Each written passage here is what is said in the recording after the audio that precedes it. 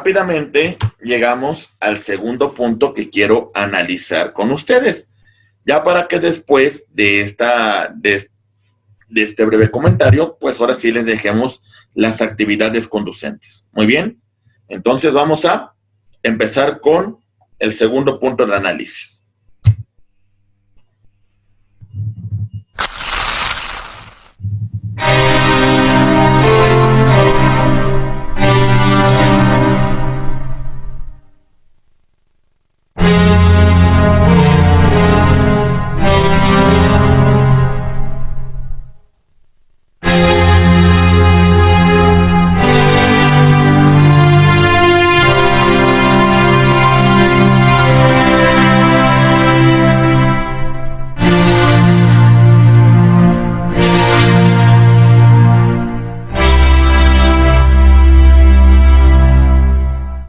Noche que me envuelve, negra como un pozo insondable, doy gracias al Dios que fuere por mi alma inconquistable.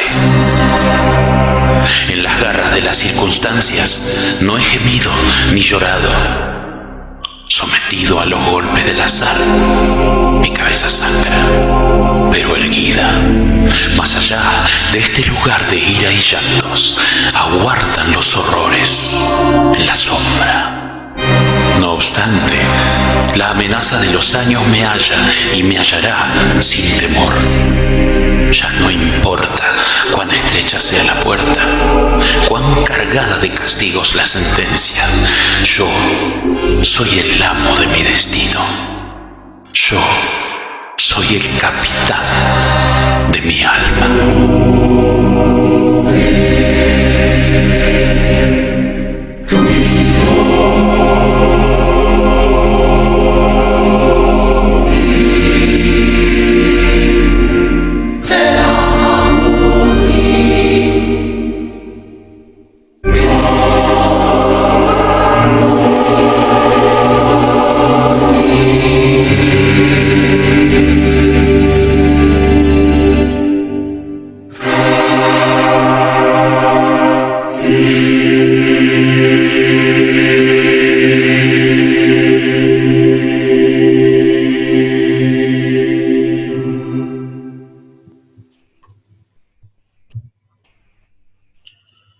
Bien, compañeros, rápidamente vamos a hablar sobre el constitucionalismo mexicano, haciendo una pequeña referencia histórica de cómo se fue desarrollando este constitucionalismo.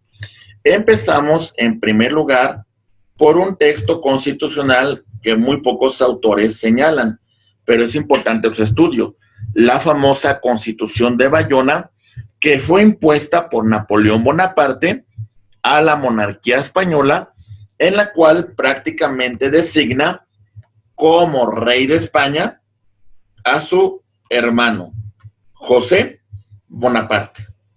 Entonces, en esta constitución, el problema es que, por una parte, tenemos a los reyes de España. Teníamos a Carlos IV y a su hijo, Fernando VII. Ellos abdicaron la corona para que ahora el rey de España sea José Bonaparte, ¿vale? Hermano de Napoleón Bonaparte. La lucha trascendental, la justificación para legitimar el gobierno de José Bonaparte fue darse una constitución, misma que fue firmada en la ciudad de Bayona, en Francia, en el año de 1808. Y esta constitución es la base, es el fundamento de los inicios de las luchas independentistas en América Latina, como consecuencia de la imposición de un rey francés como rey de España. Este es un primer antecedente importante que destacar. Por otra parte, mencionamos a la Constitución Gitadina de Cádiz del año de 1812. Esta constitución tiene como su origen el acontecimiento que señalamos con antelación, el derivado de Bayona, cuando se impone a José Bonaparte como rey de España. En este caso, en Cádiz, grupos opositores a este monarca nombraron como legítimo rey a don Fernando VII. Pero algunos puntos importantes sobre esta constitución es que era una constitución que establecía una monarquía parlamentaria y que además aquí había diputados que representaban a las provincias en América. Se reconocía que la soberanía no radicaba en el rey, sino en el pueblo, además de que establecía igualdad entre los españoles peninsulares y los españoles de América. ¿Sale? Muy bien. Esta constitución tuvo vigencia en nuestro país, por supuesto. Inclusive, en honor a esa constitución, las plazas de armas en España y en América Latina se llaman plazas de la Constitución, en honor a la Constitución de Cádiz del año de 1812. ¿Sale? Muy bien. También tenemos otro texto en ese mismo año, pero en México, firmado en la ciudad de Zitácuaro, hoy estado de Michoacán, por don López Rayón, que de alguna manera tenía un propósito fundamental. Hablaba de la libertad de la América septentrional y por primera vez establecía una independencia con la corona española. Es la primera vez que se menciona ya un tema de independencia. Esta obra no concluyó ahí. Años más tarde tenemos que en Apatzingán se firma otro documento, la famosa Constitución de Apatzingán del año de 1814, derivada de la obra de El Siervo de la Nación, José María Morelos y Pavón, Sentimientos de la Nación. Ya le coloca un nombre a nuestra república, la América Mexicana. Hablaba de esa libertad. Reconocía algunos derechos fundamentales como la inviolabilidad del domicilio. Establecía que la única religión que se iba a profesar en esta nueva república era la católica, apostólica y romana. Y de alguna manera ya establecía un principio de división de poderes y establecía que la soberanía reside en el pueblo. Pero bueno, sabemos que el destino de esta constitución es que tuvo una vida efímera, es capturado José María Morelos y Pavón y fusilado en Ecatepec. Bien, continuamos con este estudio y llegamos al punto de el 1821, la celebración de el Acta de Independencia del Imperio Mexicano. El ejército trigarante entra triunfante a la Ciudad de México el 27 de septiembre de 1821. Al día 28 se firma un acta que declara la independencia del Imperio Mexicano, teniendo como principal base a Agustín de Iturbide, y que años después, un año después, fue designado como emperador mexicano. Hay que mencionar que los tratados de Córdoba, que son la base de esta acta de independencia, señalaban que la corona se le iba a ofrecer a un infante de la corona española. Se le iba a ofrecer a un infante de la familia de los Borbones, o inclusive si el propio Fernando VII aceptaba esta designación, pues él hubiera sido el primer emperador mexicano. Como no aceptaron esta atribución, una muchedumbre dice que en 1822 designó a Agustín de Iturbide como emperador de México. Ok, entonces en 1822 ya tenemos esa designación, esa función que iba a ejercer don Agustín de Iturbide. Y para ello establece el reglamento provisional del Imperio Mexicano, la base normativa de su funcionamiento. Recordemos que el primer Imperio Mexicano tuvo una vida efímera, prácticamente un año fue lo que duró. Es todo. Con el plan de Casamata, liderado por Antonio López de Santana, pues se derroca al imperio de Iturbide y de alguna manera se convoca un Congreso Constituyente en 1823 para que se dé para el año de 1824 una Constitución Federal que era de naturaleza liberal y que tiene como principal inspiración la Constitución de los Estados Unidos. Muy bien. Ok, muy bien, ya brinqué algunas láminas, perdón, déjenme regreso. Ok, muy bien. Permítame, perdón, Ok. Esta Constitución de 1824 tenía algunas características muy importantes que nosotros tenemos que destacar. Hablaba de una soberanía compartida entre el gobierno federal y los estados. Creo que este es un punto de quiebre importante y déjenme mencionarlo por qué.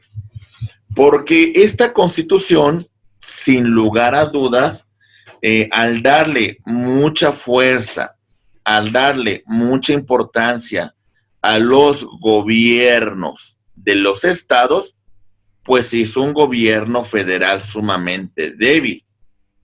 Esto, sin lugar a dudas, tuvo una consecuencia de que no se generaban los ingresos que requería la federación para su buen funcionamiento. Además, éramos una república de reciente creación.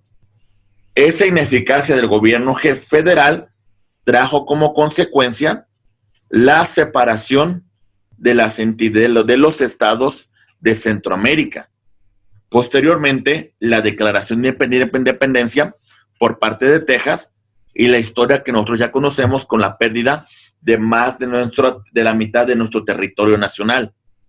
El gobierno federal, como mencionamos, es débil e ineficaz. Hay inestabilidad interna por la lucha entre liberales y conservadores. Como ya mencionamos, algunas provincias se declaran independientes y el principal temor que tienen en esos años es que están viendo cómo poco a poco el centralismo empieza a tomar una mayor fuerza, empieza a tomar un mayor auge. Las diputaciones centralistas toman fuerza y el regionalismo destaca por encima del sentimiento de ser mexicano. Este es el punto central que nosotros destacamos sobre la Constitución Federal del año de 1824. Muy bien, vamos a ver esta referencia, compañeros.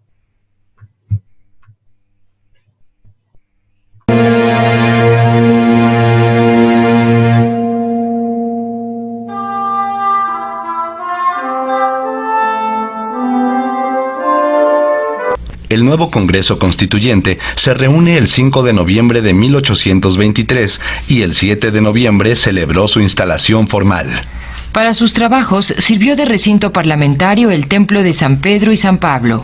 Después de su instalación formal, el Congreso se abocó de inmediato a elaborar y aprobar el Acta Constitutiva de la Federación, que lleva la fecha de 31 de enero de 1824. Así como el texto constitucional, la Constitución Federal de los Estados Unidos Mexicanos, que es del día 4 de octubre de ese mismo año de 1824. Los miembros del Congreso Constituyente de 1823-1824, más destacados por su contribución para la forja intelectual del Acta Constitutiva de la Federación y de la Constitución de 1824, fueron Miguel Ramos Arizpe, Manuel Crescencio Rejón, Valentín Gómez Farías y Lorenzo de Zavala, partidarios todos ellos del federalismo. Por el establecimiento de un sistema centralista abogaron Fray Servando Teresa de Mier y José María Becerra, entre otros. La Constitución de 1824 está influenciada por la Constitución de los Estados Unidos de América y contiene no pocos elementos tomados de la Constitución de Cádiz. Pero lo que le da su carácter propio es el enfoque particular que las instituciones alcanzan como compromiso logrado entre las fuerzas políticas en el momento. Si bien se acepta el federalismo, se impone la religión católica y los fueros militar y eclesiástico. Se tomó como guía para la estructura del Estado un estudio del sistema federal norteamericano adaptado a las circunstancias mexicanas, elaborado por el jalisciense Prisciliano Sánchez. El Pacto Federal de Anáhuac. El federalismo era una realidad exigida por las provincias y la adopción del centralismo hubiera provocado la disolución de la República. Quedan creados los estados de la Federación y los órganos federales. Legislativo, compuesto de una Cámara de Diputados como representantes de la nación y la de senadores como representantes de los estados. Ejecutivo. Y judicial. Se deposita el supremo poder ejecutivo de la Federación en un solo individuo, que se denominará Presidente de los Estados Unidos Mexicanos. Habrá también un vicepresidente en quien recaerán, en caso de imposibilidad física o moral del presidente, todas las facultades y prerrogativas de éste. Durarán en su cargo 4 años. Son ambos electos por las legislaturas estatales. El que reuniere la mayoría absoluta de los votos de las legislaturas será el presidente, y el que le sigue, vicepresidente. Esta disposición resultó fatal. El presidente siempre tuvo como enemigo al vicepresidente. Nicolás Bravo, vicepresidente, se sublevó en Tulancingo contra el presidente Guadalupe Victoria. El vicepresidente Anastasio Bustamante derrocó y ordenó el asesinato del presidente Vicente Guerrero. El presidente Santana provocó la caída del vicepresidente reformador Gómez Farías. Y con ello el fin de la vigencia de la Constitución de 1824. El balance político Federación-Estados se inclinó hacia estos. Tanto los senadores, el presidente y el vicepresidente y los magistrados de la Corte Suprema deben su elección a las legislaturas estatales y la zona de autonomía legislativa de estas es muy amplia. Dentro de los órganos federales, la balanza se inclina al Congreso, al que se otorgan amplísimas facultades. Además, se establece un Consejo de Gobierno que se forma por un número igual de diputados y senadores y que actúa durante los recesos del Congreso. Está presidido por el vicepresidente, lo que acrecienta el poder de este sobre el titular. El Poder Judicial Federal reside en una Suprema Corte de Justicia, en los tribunales de circuito y en los juzgados de distrito. El gobierno de cada estado ejercitará los 3 poderes en la esfera local. Se deja amplio margen a las constituciones locales para su integración. Aunque la Constitución no contiene una relación específica de los derechos humanos, estos se encuentran un poco desperdigados en su texto al estilo de la Constitución de Cádiz, la mayor parte en la sección 7ª del título 5. Reglas generales a que se sujetará en todos los estados y territorios de la Federación la administración de justicia. En que se establece el derecho a la justicia del Estado y la protección del individuo frente a las autoridades, los derechos de seguridad jurídica, se ordena la protección de la propiedad como obligación del Ejecutivo y la libertad de imprenta como obligación de los Estados, a quienes queda la determinación de los demás derechos. La función protectora de la Constitución se reconoce al Congreso. Solo el Congreso podrá interpretar la Constitución. Además, se faculta a la Suprema Corte para conocer de las infracciones de la Constitución y leyes generales según se prevenga por la ley. La Constitución de 1824 no fue suficiente para contener el desbordamiento de las pasiones políticas y la falta de una conciencia del régimen de derecho en la clase política. El primer presidente de México, Guadalupe Victoria, pudo terminar el periodo de su cargo, pero el resultado de las elecciones para el siguiente periodo presidencial fue desconocido. El presidente Guerrero fue impuesto por la fuerza y destituido en la misma forma. El autor de la caída y muerte de Guerrero, Anastasio Bustamante, fue desconocido también por un golpe militar, y el gobierno resultante finaliza por desconocer la Constitución. La Constitución Federal de 1824 concluyó su vigencia el día 23 de octubre del año de 1835, siendo sustituida por una Constitución centralista en 1836, conocida como las 7 leyes. De la Constitución de 1824 hemos conservado la República Democrática, representativa, el legislativo bicameral, el sistema presidencial, la estructura del Poder Judicial, el Consejo de Gobierno o Comisión Permanente, la idea de defensa constitucional y el nombre de nuestra patria.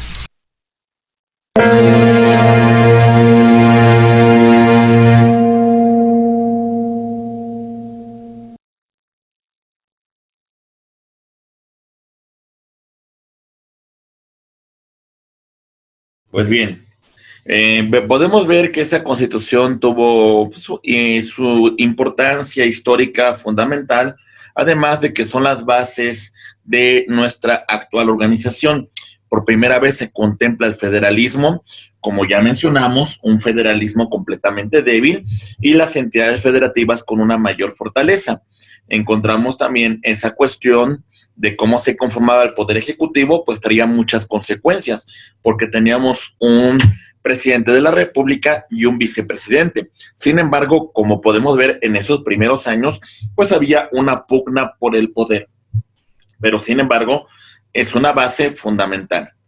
Se menciona que en 1835 esta Constitución dejó de tener vigencia para dar cabida a las denominadas 7 leyes constitucionales. En este punto en particular, las 7 leyes constitucionales que vamos a estudiar son una disposición constitucional de naturaleza centralista. Entre las leyes que vamos a señalar, estudiamos las siguientes. La primera ley: se establecen los derechos de los ciudadanos, pero estos derechos se encontraban totalmente vinculados al poder económico que representasen. Es decir, gran parte de cómo funciona esta disposición se encontraba ligada a la cuestión monetaria, la cuestión económica.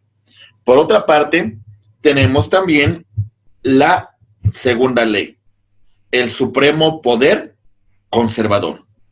¿Y cuál era la atribución importante de este poder? Muy bien. Prácticamente existían 3 poderes: el ejecutivo, el legislativo y el poder judicial. Sin embargo, quien se iba a encargar de vigilar que estos poderes no violaran la Constitución era el supremo poder conservador. No tenía límites. Su única limitación era frente a Dios. Entonces, el supremo poder revisaba las actuaciones del ejecutivo, del legislativo y del poder judicial. ¿Sale? Muy bien. La tercera ley habla de cómo se iba a conformar el Congreso de Diputados y los senadores. ¿Sale? Su recinto se encontraba dentro del propio Palacio Nacional. La cuarta ley habla de los mecanismos de elección presidencial, que era una democracia indirecta. Como en los Estados Unidos, se elegía un colegio electoral quien iba a designar quién iba a ser el presidente de la República. La quinta ley organiza el poder judicial, ¿sale? En una corte de justicia, en tribunales de circuito y en juzgados de distrito. Se establece la división territorial de México, no en entidades federativas, sino en provincias. hablamos también de que se establecen las facultades del Congreso para hacer reformas a esta Constitución. Constitución que tuvo una vigencia de 1835 al año de 1847, ya después de que México pierde más de la mitad del territorio nacional. Pero bueno, vamos a hacer esa referencia histórica. Déjenme regreso un poquito para que lo estudiemos.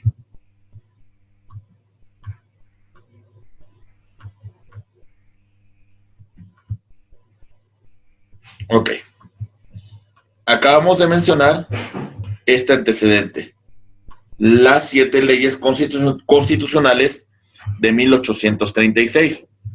En 1842 se crean las bases orgánicas, cuyo principal desempeño es armonizar las 7 leyes constitucionales y, en este acto en particular, derogar el supremo poder conservador.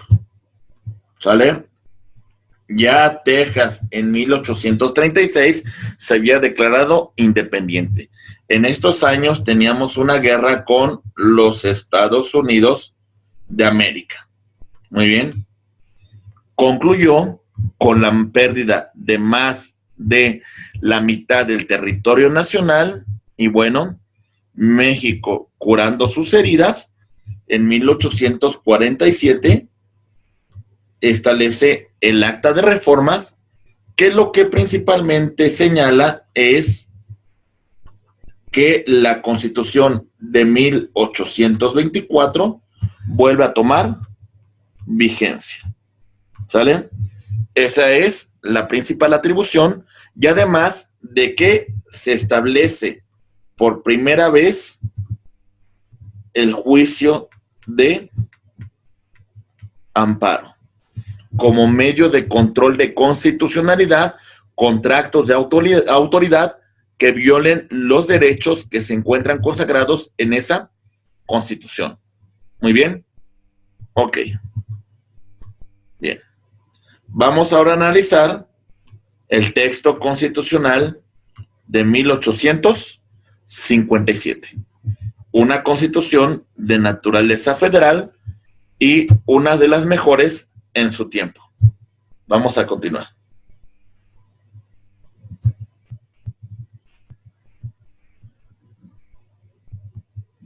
Ok. Como ya mencionamos, la Constitución Federal es una constitución de ideología liberal. Grandes hombres se encontraban redactando esta constitución. Francisco Zarco, Félix María Zuluaga, tenemos a José María Iglesias, a Benito Juárez, tenemos a Ignacio Comonfort, etc. Esta constitución es redactada por el Congreso Constituyente. Fue jurada el 5 de febrero de 1857 y estableció por primera vez en la historia el reconocimiento de garantías individuales. Esta constitución constaba de 8 títulos y 128 artículos. Establece con las leyes de reforma la separación entre el Estado y la Iglesia y divide al país en 25 estados, un territorio y el Distrito Federal. Es una constitución muy importante porque en estos 128 artículos se va a dividir la constitución en 2 partes. Una parte dogmática que reconoce las garantías individuales y una parte orgánica que establece cómo se constituye, cómo se organiza el Estado. Creo que el principal punto de quiebre de esta constitución es de que le da una fuerza inusitada principalmente al Congreso, y entonces tenemos un Congreso sumamente fuerte y un gobierno federal sumamente débil e ineficaz. Estas son las principales características de la Constitución Federal del año de 1857. Vamos a analizar un pequeño video que nos explica sus características.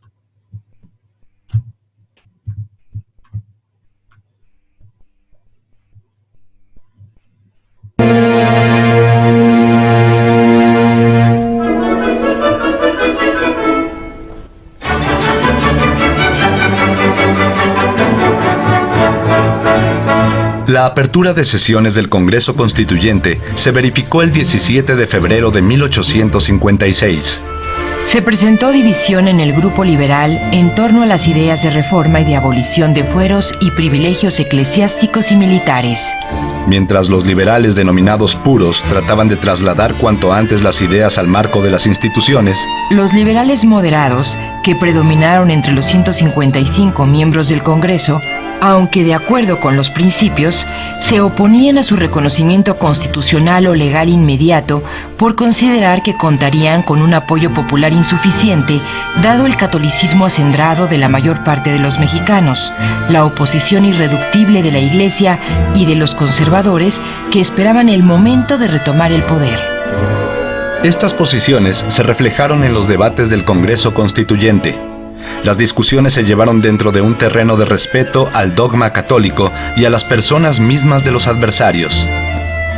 Los más ilustres liberales puros fueron Francisco Zarco, Ponciano Arriaga, Valentín Gómez Farías, Guillermo Prieto, José María Mata, Melchor Ocampo, León Guzmán, Ignacio Ramírez y José María del Castillo Velasco. La fuente informativa de los debates es la obra de Francisco Zarco, Historia del Congreso Extraordinario Constituyente, 1856-1857, que lo encumbra como un gran comentarista y fiel relator. Todos los diputados manifestaron profesar la religión católica, pero los liberales puros exigieron, por necesidades nacionales, la separación del Estado y la Iglesia, a lo cual ésta se oponía. En el seno de la Comisión de Constitución, el pensamiento avanzado, representado fundamentalmente por Arriaga, Castillo Velasco y Olvera, planteó la posibilidad de romper los moldes rutinarios de las anteriores cartas fundamentales. Se instó de esta manera a la Comisión a incorporar al proyecto que más tarde presentaría a la discusión de la Asamblea Constituyente preceptos que se abocaran no solo a la integración política del Estado mexicano, sino también se enfrentaran a los problemas de índole social y económica de una nación en pleno proceso de construcción.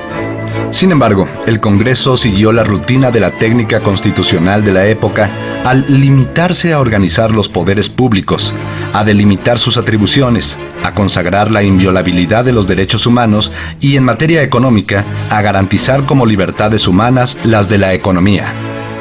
La Constitución de 1857 partió del principio de la soberanía del pueblo. El derecho de voto es universal. La nación se organiza como república, democrática, representativa, federal. Se concentraron en un mismo título y sección los derechos individuales que la Constitución de 1824 tenía dispersos en su texto, aumentando considerablemente su listado hasta abarcar 29 artículos constitucionales. Se inscribieron los derechos fundamentales de libertad, igualdad, seguridad jurídica y propiedad en un catálogo completo. La protección del acusado en los enjuiciamientos criminales fue extensa. Queda abolida la pena de muerte por delitos políticos y limitada a los extremadamente graves. Se recogen los principios del juicio de amparo tal y como fueron inscritos en el Acta Constitutiva y de Reformas de 1847.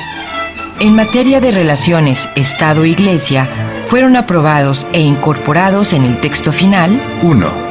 Prohibición de juicios por tribunales especiales, las jurisdicciones, privilegios y excepciones a favor de la Iglesia y del Ejército, y los emolumentos que no sean compensación de un servicio público. Quedan proscritas las obligaciones civiles de contribuciones a la Iglesia. 2. Prohibición de contratos que tengan por objeto la pérdida o el irrevocable sacrificio de la libertad del hombre por causa del voto religioso. Se excluye la coacción civil para su cumplimiento. 3. La libertad de imprenta y de enseñanza es total y no incluye el respeto al dogma católico como limitante. 4. Prohibición a las corporaciones religiosas, también civiles, para adquirir o administrar bienes raíces, salvo los edificios destinados inmediata y directamente al servicio y objeto de la institución. 5. Los poderes federales quedan facultados para ejercer en materia de culto religioso la intervención que señalen las leyes. no fue aprobada la propuesta de la Comisión para establecer la libertad de cultos. Presiones de los conservadores y moderados, con el argumento de que la religión era el único posible lazo de unión frente a las divisiones, desórdenes y pronunciamientos locales promovidos por el clero, y la intervención del gobierno provisional de Comonfort, que buscaba un arreglo con el Vaticano, frustraron la propuesta de la Comisión, que incluso garantizaba que el Congreso protegería al catolicismo, pero no le daría carácter de obligatoriedad. El legislativo está depositado en un Congreso de la Unión, compuesto por una sola Cámara de Diputados, determinado el número de sus componentes en relación con la población. Los representantes son electos cada 2 años por los ciudadanos mexicanos. El Senado fue excluido por la triste memoria que había quedado de las segundas cámaras centralistas. El Ejecutivo se deposita en un presidente de la República, también de elección popular. Las ausencias temporales y absolutas del presidente de la República son cubiertas por el presidente de la Suprema Corte de Justicia. De nuevo una disposición desafortunada sobre la vicepresidencia que enfrentaba ahora al Ejecutivo con el presidente de otro poder. De ahí los enfrentamientos entre González Ortega y Juárez, Lerdo y Juárez, e Iglesias y Lerdo. El Ejecutivo está sumamente debilitado frente al Congreso, ya que no tiene veto, sino simplemente la facultad de que sus puntos de vista sobre los proyectos de ley se tomen en cuenta. Por otra parte, el Congreso, en caso de urgencia calificada por el voto de los 2/3 de los diputados presentes, puede expedir leyes con dispensa de los trámites legislativos normales que exigen la intervención del Ejecutivo. El Congreso tiene una gran cantidad de atribuciones. Tanto Juárez como Lerdo se quejaron profundamente de esta situación que invalidaba al Ejecutivo, hasta que el segundo logró el bicamarismo y el veto en las reformas de 1873. Más adelante, en una obra clásica, La Constitución y la Dictadura, un ilustre jurista, Emilio Rabasa Estebanel, culparía a este desamparo del Ejecutivo como causa de la dictadura subsecuente. O sea que las reformas de Lerdo llegaron demasiado tarde. Todos los órganos se integran por elección popular indirecta en primer grado. Se establece el principio de la responsabilidad de los funcionarios públicos. La Constitución de 1857 tuvo un valor inconmensurable como bandera de la soberanía nacional y cimiento del Estado mexicano en plenitud de sus atribuciones y facultades, no compartidas con otras corporaciones durante la Guerra de Reforma, y además como símbolo patrio durante la intervención francesa. Estos sangrientos y dolorosos conflictos fueron resultado de la reacción conservadora en contra de sus preceptos y de los poderes constituidos conforme a ellos. Las disposiciones sobre derechos humanos pasaron casi íntegras a la Constitución de 1917, actualizadas y enriquecidas con los derechos sociales. Igualmente las disposiciones sobre soberanía y forma federal de Estado. La estructura del Estado federal no varió. Sí se rechazó el gobierno con predominio del Congreso y se diseñó en 1917 un ejecutivo equilibrado con el legislativo bicameral. Se recogió el juicio de amparo y se aprovechó la experiencia y el desarrollo jurisprudencial por la interpretación de que la legalidad es un derecho constitucional aplicable no solo a leyes y actos de la autoridad, sino también a sentencias judiciales. En realidad fue, en todo momento, el punto de referencia de la Constitución vigente.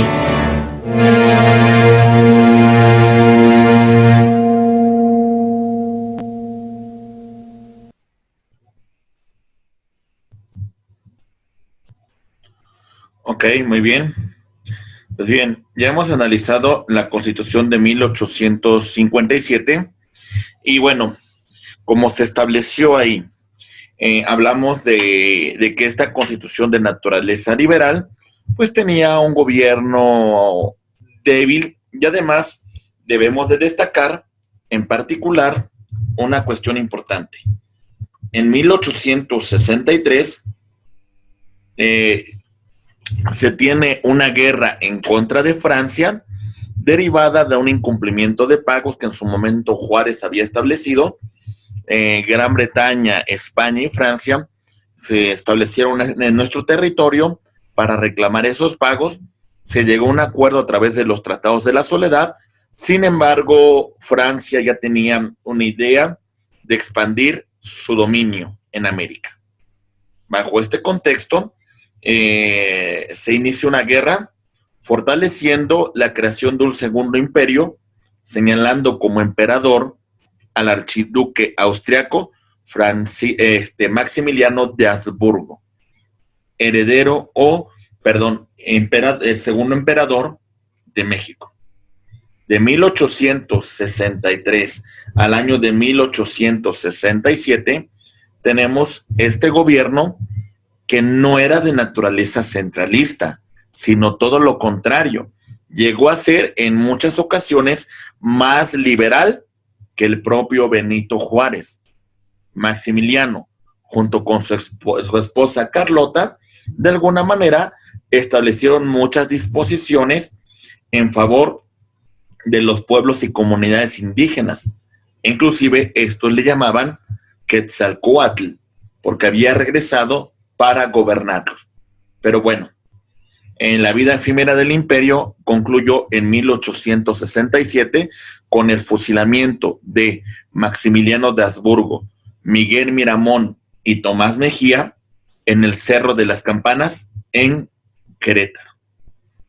Prácticamente con eso estamos concluyendo con el periodo histórico del Segundo Imperio Mexicano, y ahora es importante analizar las características de la Constitución Política de los Estados Unidos Mexicanos del 5 de febrero de 1917, que es la Constitución que nos rige en la actualidad, y asimismo mencionar que la última reforma importante, la cual establece, reconoce los derechos humanos, es la reforma del 10 de junio del año 2011. Sin lugar a dudas, con esto se origina un nuevo ejercicio del control de constitucionalidad. Y vamos a hacer referencia entonces ahora a la Constitución del 5 de febrero de 1917. Ahí voy. Muy bien.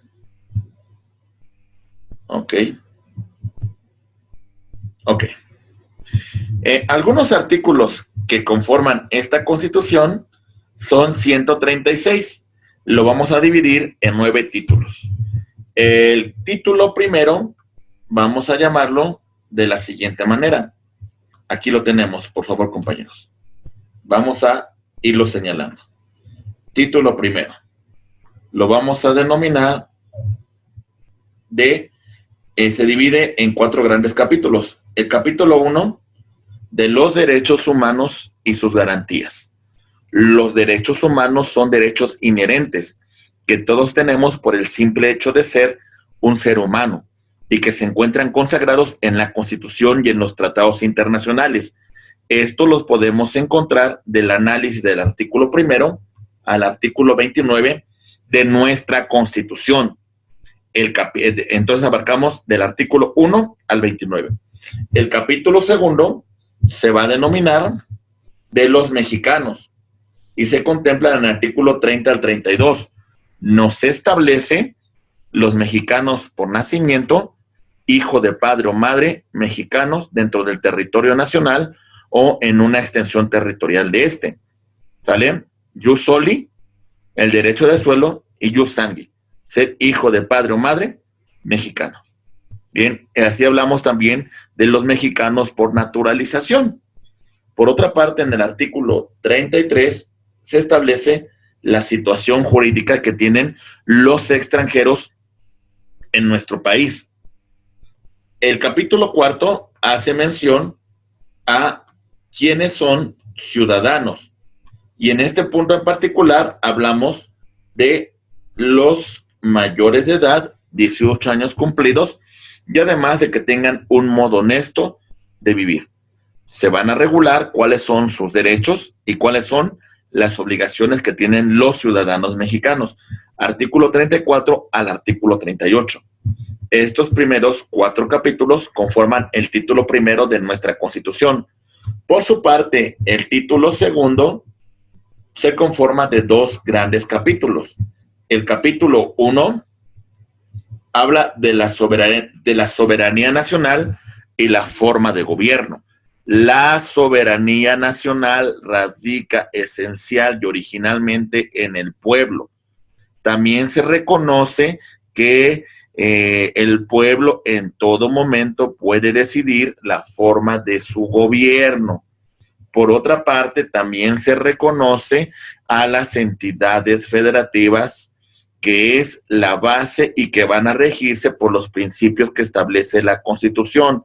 Se reconoce que México es una república, república federal, república representativa, república democrática. Por otra parte, el capítulo segundo habla de las partes integrantes de la federación. Artículo 42 al artículo 48. Se compone de 31 estados y la Ciudad de México. Además, se habla del mar territorial, la zona económica exclusiva y también las islas y demás que conforman nuestro territorio. Por otra parte, tenemos el título tercero de nuestra Constitución, el cual contiene los siguientes capítulos. 4 capítulos que se van a ir designando de la siguiente manera. Mucha atención, por favor. Capítulo primero, de la división de poderes, artículo 49. México se va a conformar del supremo poder de la federación, que para su ejercicio se va a dividir en 3. El poder ejecutivo, el poder legislativo y el poder judicial. Por otra parte, el capítulo segundo hace mención a el poder legislativo. Artículo 50 al artículo 79. El Congreso de la Unión se compone de 2 cámaras, la Cámara de Diputados y la Cámara de Senadores, estableciendo cuál es la competencia de cada uno de estos órganos legislativos.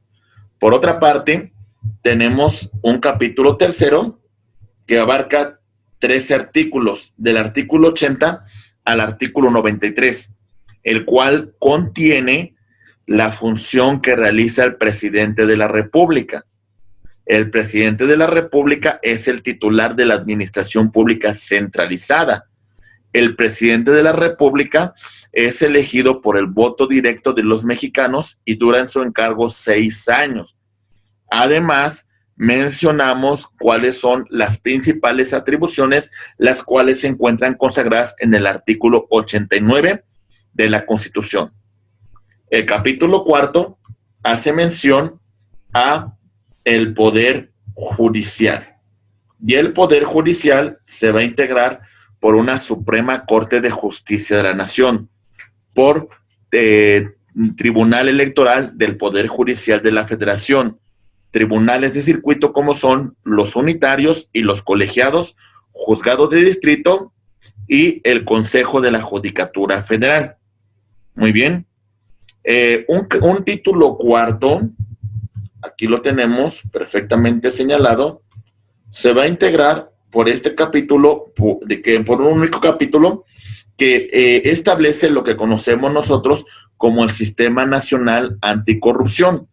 Este capítulo se va a llamar de las responsabilidades de los servidores públicos particulares vinculados con faltas administrativas graves o hechos de corrupción y patrimonial del Estado.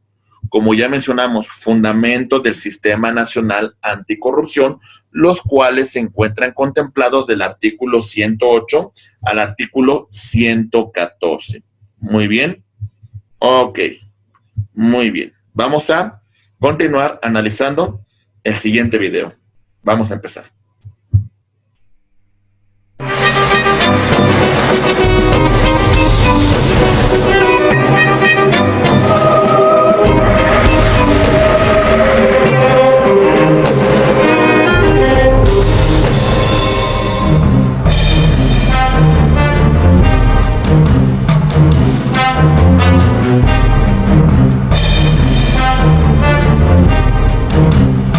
hace 100 años exactamente, a las 3:50 de la tarde, en el entonces Teatro Iturbide, hoy Teatro de la República, dio inicio el Congreso Constituyente, en el cual Venustiano Carranza presentó ante 151 diputados presentes el proyecto de Constitución de 1917. En esa ocasión, Carranza hace una propuesta para que haya una reforma profunda a las nuevas formas de gobernar y la nueva manera de hacer un pacto social que favoreciera los derechos sociales y una nueva forma de entender el ejercicio del poder público. Los invito a que nos acompañen a conocer más sobre el origen de nuestra Constitución.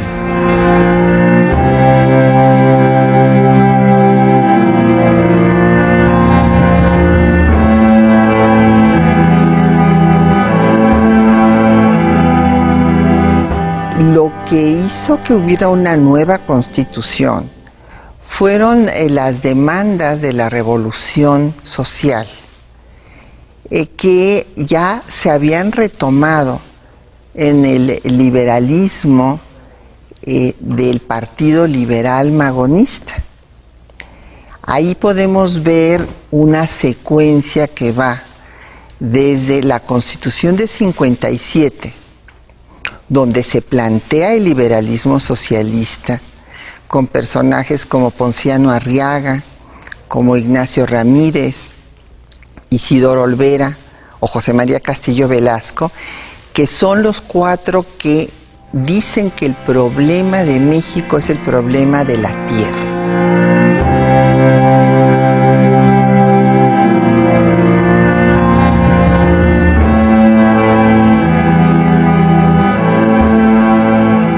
Carranza, inmediatamente después o paralelamente a la Decena Trágica, lo que formula, digamos, es el desconocimiento de Huerta y consigue las facultades extraordinarias del Congreso de Coahuila para legislar en todas las materias.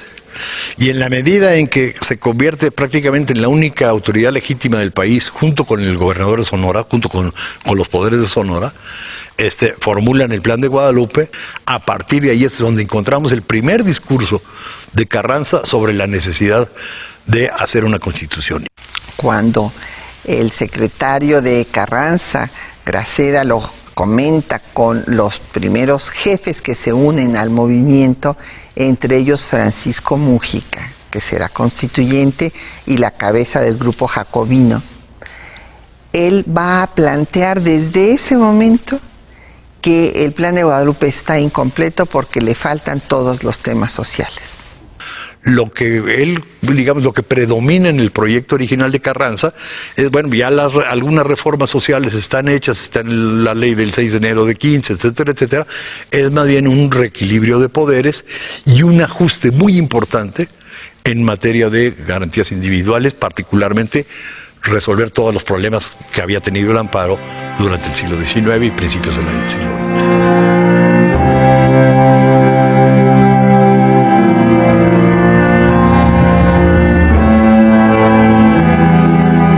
Incorporación de los derechos sociales que todo el mundo conocemos, el derecho laboral, digamos, ya no el contrato entre trabajadores como una parte del derecho civil, sino la famosa concepción del equilibrio de los factores de la producción, el tripartismo, etcétera, etcétera, que es llevado en el 123, la cuestión de la participación del gobierno, digamos, en la economía a partir de lo agrario, a partir de los recursos naturales, a partir del fortalecimiento, digamos, de los no monopolios, y ahí es donde se plantea de origen el Banco Único de Emisión, aunque se logre después, es ahí, digamos, hay una nueva concepción de la participación del gobierno en la economía, muy acorde con lo que está pasando en el mundo, pero que se consolida a nivel constitucional, y un nuevo equilibrio de poderes.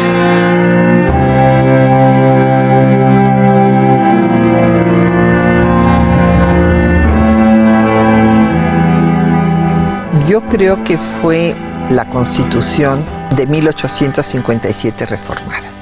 Bueno, y además así lo dice textualmente el original de nuestra Constitución. Técnicamente puede argumentarse que en realidad es una Constitución reformada de la de 57. Me parece que políticamente, y este es el hecho más relevante, es una nueva Constitución porque marca un nuevo comienzo para el México moderno. Qué bueno que nos acompañaron. Ahora ya sabemos la causa que dio origen a la Constitución Política de 1917, que logró impulsar y que logró identificar las razones por las que nuestra revolución promovió el sufragio efectivo no reelección, las desigualdades que se plasmaron en derechos llamados hoy derechos colectivos o derechos sociales. Los invito a que nos sigan viendo en el canal 22 en esta serie, Nuestra Constitución en 30 lecciones.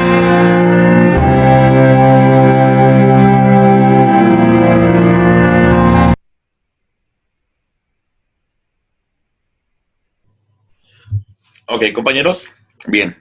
Entonces, creo que ese video es un perfecto complemento de lo que hemos venido mencionando y en general vimos la importancia que tiene la Constitución del 5 de febrero de 1917, que a final de cuentas fue impulsada por el varón de Cuatro Ciénegas, Venustiano Carranza, que entendió que la manera de hacer cumplir los principios y los valores que se habían señalado en la Revolución Mexicana, pues era establecer una constitución.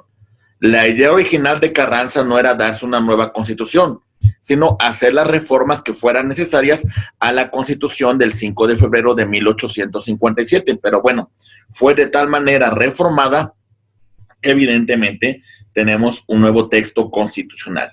Muy bien. El título quinto va a mencionar lo siguiente. Habla de un solo capítulo del artículo 115 al artículo 122. En particular, se reconoce lo referente a los estados, a las entidades federativas y a los municipios. En particular, también se habla de la Ciudad de México.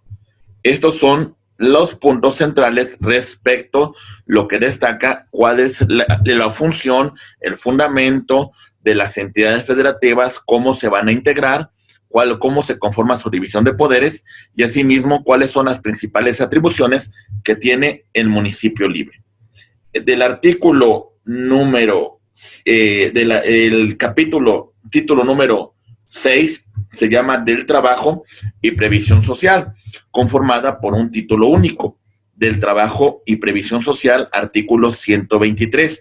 En este punto en particular destacamos lo referente a las relaciones obrero-patronales en el apartado A y en el apartado B del artículo 123 establecemos lo referente al Estado y sus trabajadores.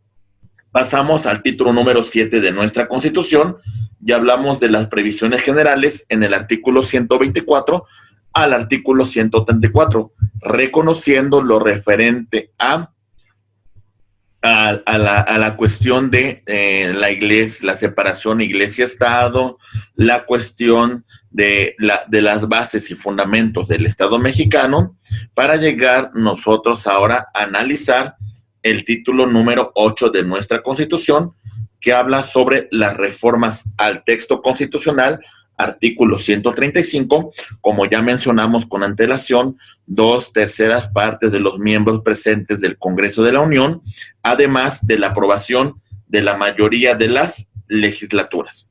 ¿Sale? Muy bien. Y con la aprobación respectiva del presidente de la República, por supuesto. El título número 9 habla de la inviolabilidad a la Constitución, artículo 136. Prácticamente lo que nos dice este artículo es lo siguiente. Le voy a dar lectura, compañeros. Muy bien. Ok. Ahí voy. Artículo 136. Esta Constitución no perderá su fuerza y vigor, aun cuando por una rebelión se interrumpa su observancia. Esta primera referencia que estoy mencionando, compañeros, es que nos dice el propio texto. Si por alguna causa pierde su observancia, por una guerra, por una intervención, esta Constitución no pierde su fuerza. Continuamos con la lectura. En caso de que por cualquier trastorno público se establezca un gobierno contrario a los principios que ya sanciona, tan luego como el pueblo recobre su libertad, se restablecerá su observancia, y con arreglo a ella y a las leyes que en virtud se hubieran expedido, serán juzgados así los que hubieran figurado en contra del gobierno emanado de esta rebelión, como los que hubieran cooperado con esta. Es decir, si el Estado, si el gobierno legítimo retoma el poder, pues bueno, las personas que violaron la Constitución van a ser sancionadas. Muy bien. Ok. Vamos a verificar rápidamente un pequeño video que da un poquito de pena ajena, compañeros, pero vamos a ver cómo muchos de nuestros legisladores, que son los encargados de conocer y son los encargados de hacer la reforma a la Constitución, pues no saben cuestiones básicas de nuestra Constitución. Vamos a verlo, compañeros.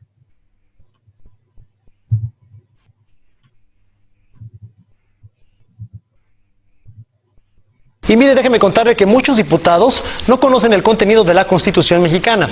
A pesar de trabajar en la legislación de leyes, les es imposible estar al tanto de todo el contenido de la Carta Magna. Y mire por qué se lo digo.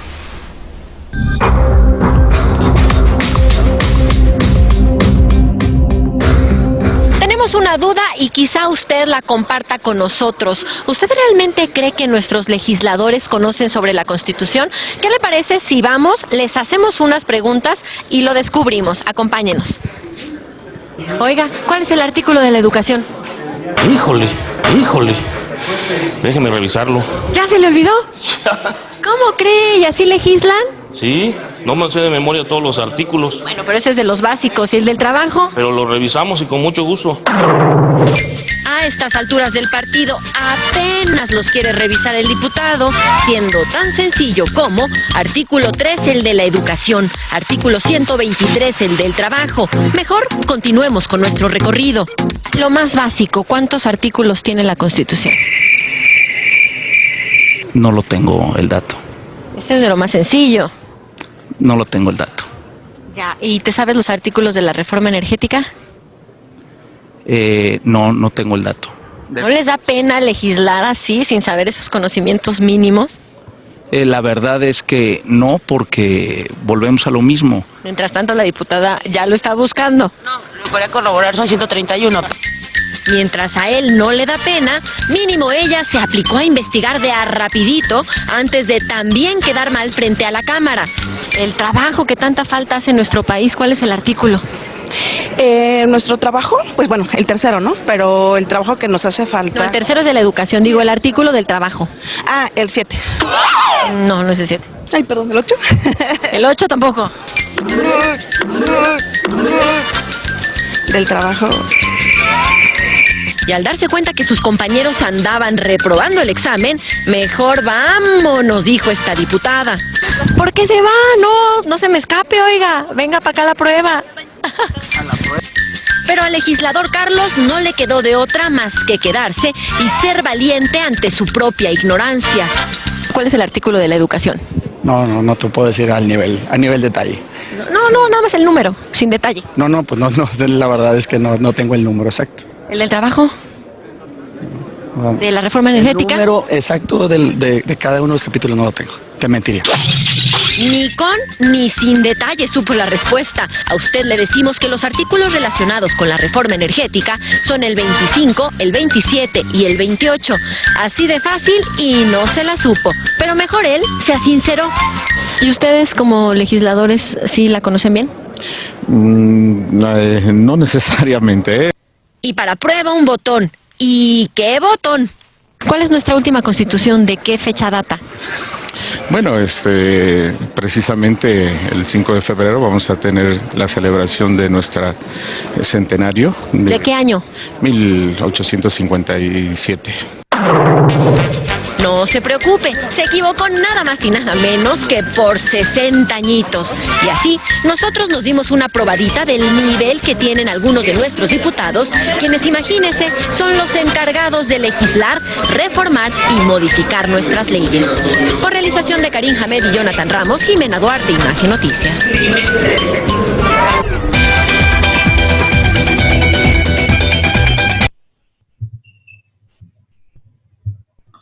Ok, compañeros, pues bueno, prácticamente en este punto vamos a dejar la sesión. Muchas gracias por su atención. Esperemos que los contenidos que hayamos desarrollado hayan sido realmente de su interés. Y bueno, pues pues quedo como siempre a sus órdenes, compañeros. Muchas gracias, estamos en contacto. En unos momentos les envío este video que hemos venido desarrollando con ustedes y en general esperemos que los contenidos desarrollados sean importantes y que ustedes puedan hacer la retroalimentación conducente. ¿Sale, compañeros? Muy bien. Ok, pues muchas gracias, compañeros. Entonces, les enviamos el video para que también lo analicen. Muchas gracias, ¿eh? Gracias, Ricardo, por estar presente. Y tenemos también por ahí a Israel. Muchas gracias. Muy bonito día, que tengan un día muy productivo y estamos en contacto, compañeros. Mañana me conecto por la misma hora y el mismo canal. Muchas gracias, compañeros. Les envío la liga de invitación. Muchas gracias. Hasta luego.